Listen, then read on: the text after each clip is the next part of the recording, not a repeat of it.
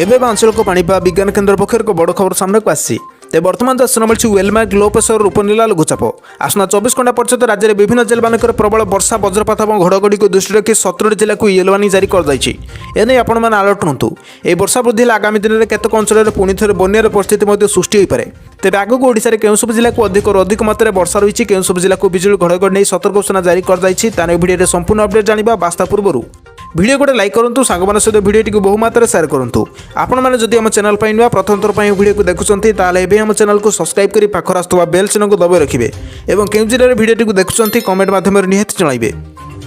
आसंता काली सकाळ 8टा पर्यंत बालेश्वर मयूरभंज और केन्दुझर जिले में प्रबल अति प्रबल वर्षा होबार संभावना रही। सब जिले में 20 मिलीमीटर अधिक वर्षा हो पाए से सब जिला को रेड वार्निंग जारी कर से मंगलवार मयूरभंज और केन्दुझर जिले में केतक स्थान में प्रबल अति प्रबल वर्षा होबार संभावना रही। सब जिले में 20 मिलीमीटर अधिक वर्षा हो पाए। आसंता काली सकाळ 8टा पर्यंत बालेश्वर मयूरभंज और केन्दुझर जिले में प्रबल अति प्रबल वर्षा होबार संभावना रही। सब जिले में 20 मिलीमीटर अधिक वर्षा हो पाए से सब जिला को रेड वार्निंग जारी कर से मंगलवार मयूरभंज और केन्दुझर जिले में केतक स्थान में प्रबल अति प्रबल वर्षा होबार संभावना रही। सहित प्रबल वर्षा और वज्रपात को दृष्टि रखी आज जयपुर केन्द्रापड़ा भद्रक जाजपुर कटक ढेंकानाल अनुगुल देवगढ़ संबलपुर झारसुगुड़ा सुंदरगढ़ जिले में केतक अंचल प्रबल वर्षा हो पाए से सब जिला को येलो वार्निंग जारी कर लगातार वर्षा होता जिले में प्रभावित होता नदीगुड़िक फुलुची नदी में बन्या पानी प्रभावित होती। आसंता काली प्रबल वर्षा है स्थिति आहरी भयंकर हो पाए।